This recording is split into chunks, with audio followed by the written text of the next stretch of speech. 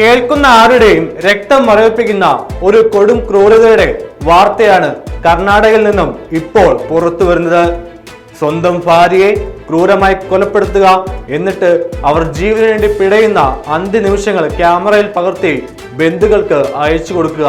കേൾക്കുമ്പോൾ തന്നെ ഇതൊരു സിനിമാ കഥയാണെന്ന് തോന്നാമെങ്കിലും കർണാടകയിലെ ബാഗൽകോട്ട് ജില്ലയിൽ നടന്ന ഒരു യഥാർത്ഥ സംഭവമാണ്. 23-കാരിയായ ഭാഗ്യശ്രീയാണ് ഭർത്താവ് പ്രവീണിന്റെ ക്രൂരതയ്ക്ക് ഇരയായത്. ഭാര്യയ്ക്ക് മറ്റൊരാളുമായി ബന്ധമുണ്ടെന്ന സംശയമാണ് ഈ കൊടും ക്രൂരതയിലേക്ക് പ്രവീണിനെ നയിച്ചത്. കഴിഞ്ഞ തിങ്കളാഴ്ച രാത്രിയായിരുന്നു നാട് നടക്കിയ ഈ സംഭവം നടന്നത്.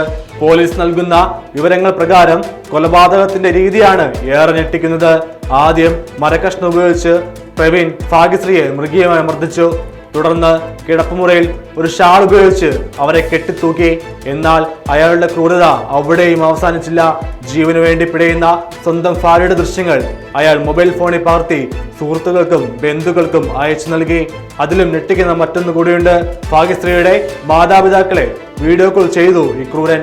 സ്വന്തം മകൾ പിടഞ്ഞു മരിക്കുന്നത് നിസ്സഹായരായി നോക്കി നിൽക്കാൻ മാത്രമേ ആ അച്ഛനമ്മമാർക്ക് കഴിഞ്ഞുള്ളൂ.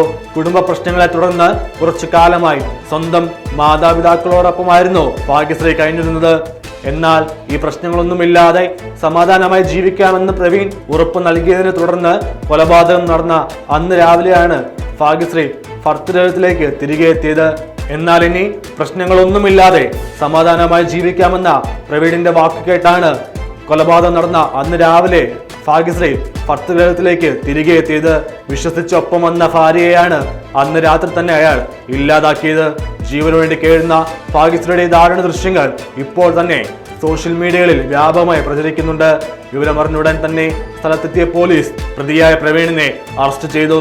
മനുഷ്യ മനസാക്ഷിയാകെ മരവിപ്പിച്ച ഈ സംഭവത്തിൽ കൊലപാതകത്തിലേക്ക് നയിച്ച മറ്റു കാരണങ്ങളെക്കുറിച്ച് പോലീസ് ഇപ്പോൾ വിശദമായ അന്വേഷണം നടത്തിവരികയാണ്. News desk Kottarakkara media.